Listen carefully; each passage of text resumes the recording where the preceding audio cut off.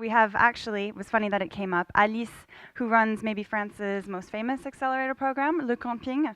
If we could have a quick round of applause for her, that'd be great.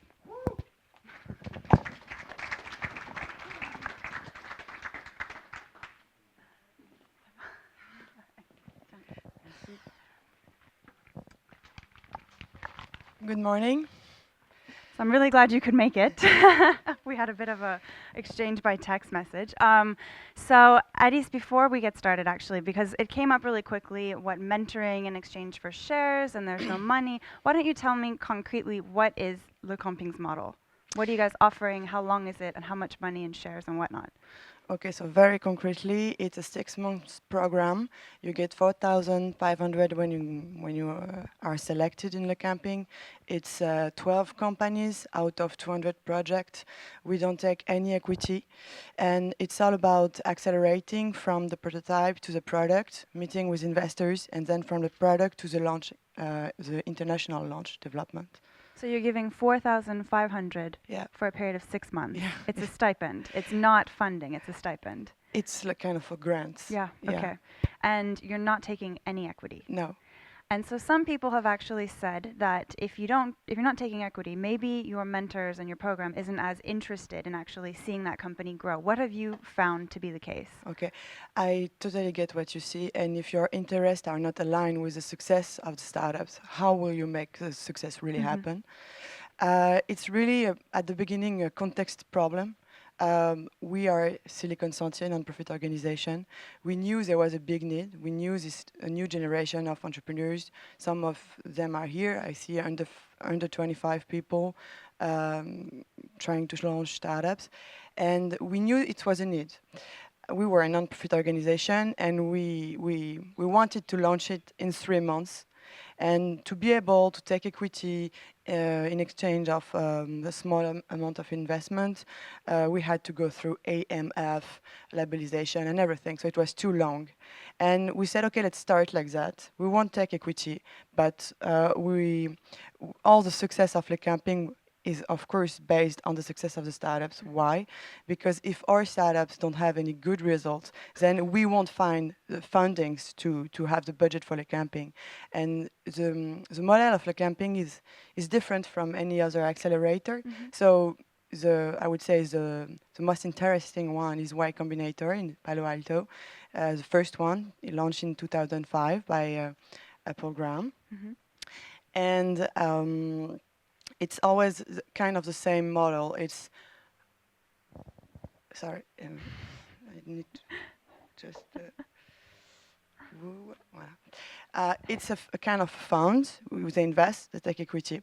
And we, as Silicon Sentier, we knew how to deal actually more with big corporation rather than VC funds. So we've been to talk with Google, SNCF, BNP Paribas, and also public partners, La Région Île-de-France. And they trust us because we already proved that we were able to communicate, to really, build concrete stuff like the co-working space like Antine. So they follow us. They didn't know what they were betting on at the beginning. And now, step by step, actually, they really want to come back.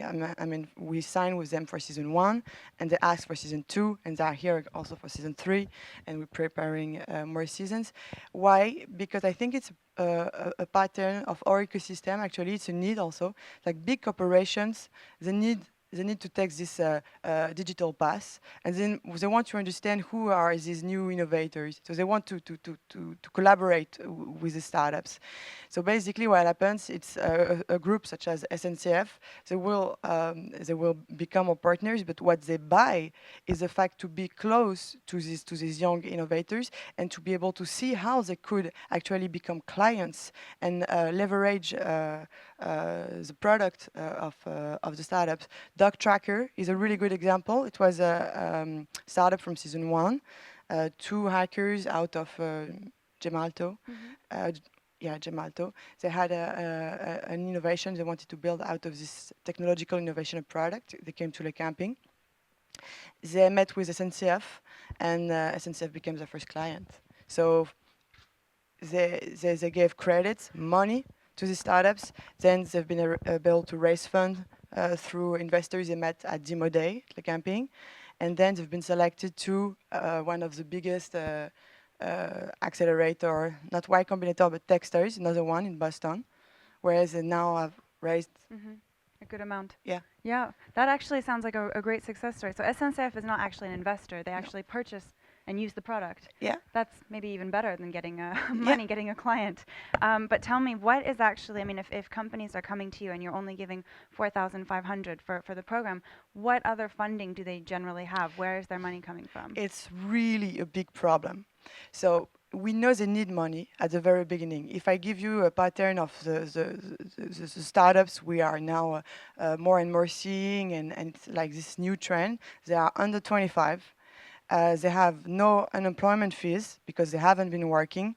Most of them have dropped out of school, or they are still in school, but they don't want to finish their program because they want to become entrepreneurs. So they don't have unemployment fees. They live in their parents' house or not, so they want to pay a little rent. They can eat pasta and not have like a very high level of high expensive way of life. But anyway, if you count all in all, what they would need for 6 months to really bootstrap, you know the concept of bootstrapping, to really focus on only execution and be able to live, at least they need for 3% during 6 months, the minimum would be 25K.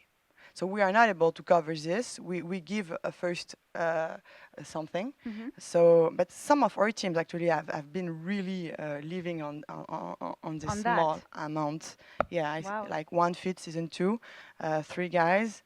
I mean, they really had only this, and they've been after to another accelerator in San Francisco, IO Ventures. Where they raise funds. So it's a I think this is the very, very, very beginning that is missing here, because also in the patterns, they don't have, most of them don't have family money, love money, what we call love money. And also you have all the solutions like Scientipol, for instance. It's getting rare, and I mean it's more and more difficult for the public institution to spend to give grants now. Um, and also what they ask as a criteria is that you have to have already sold something, to have already a clients. You don't have any clients once before you have the possibility to build the product. So who can you ask this money to? I think it's even before what we call seed investments. There is something that is lacking. This kind of tickets of 50K, for instance, 50K tickets. This is lacking also. So you were talking about Kima Venture, for instance. They do give some ticket, but they are the only ones. They are the only players really able to do that. And they need competitors, because if they are the only ones, they are expensive. Of course, this is the market law.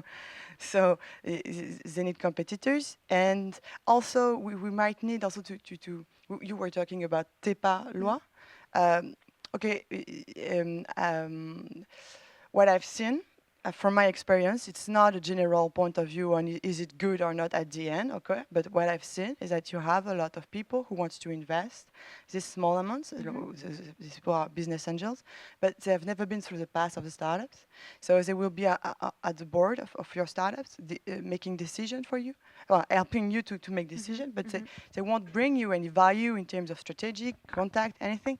So is this the people you want? If you really need this money, do you want to sacrifice also 2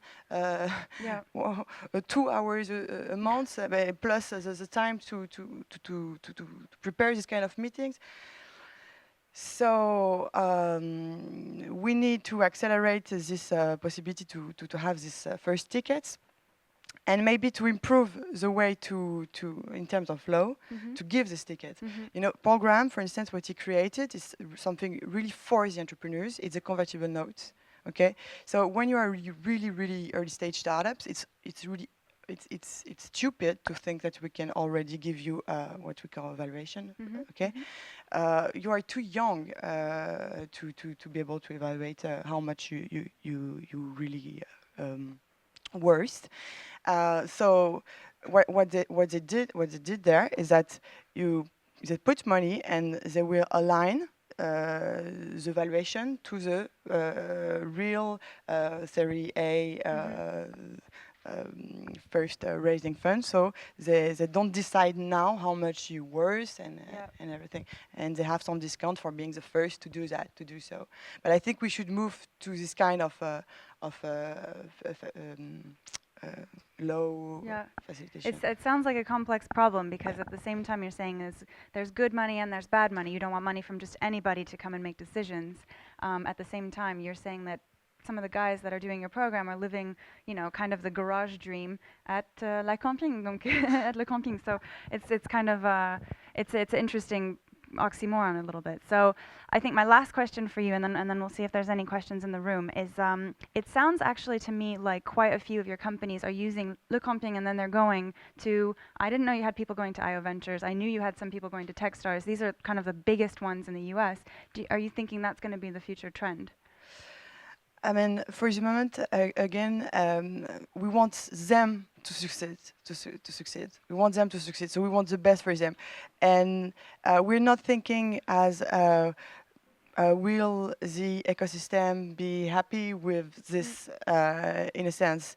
But at the end, yes, it will. That's my gut feeling. Because what I think is that, let's take, for instance, OneFit. Mobile gaming, three guys, one tech, one designer, one biz guy, the perfect trio.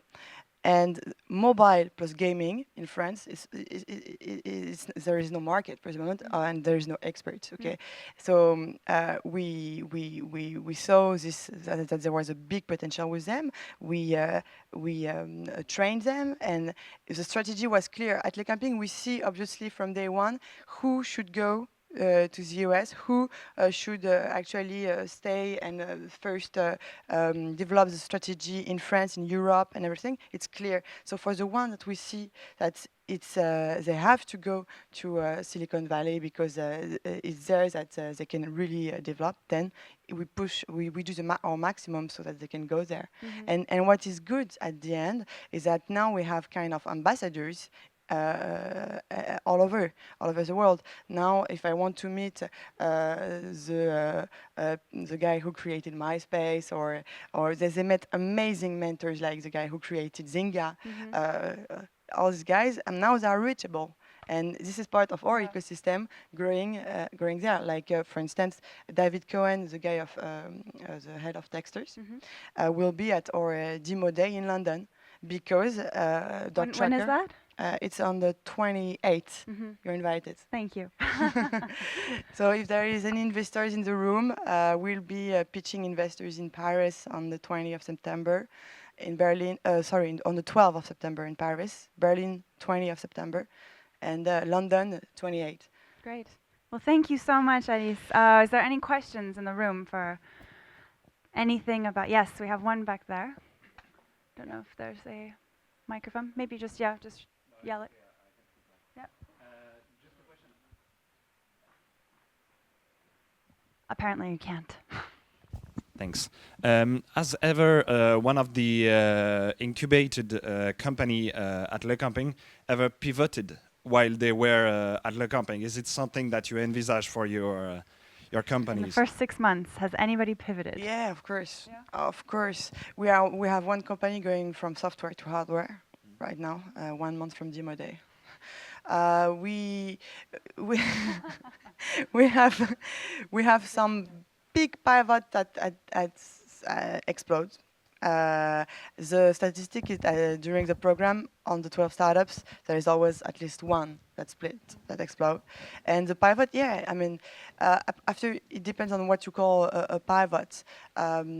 If you change your targets, is it a pivot? Yeah, most of them do change their target.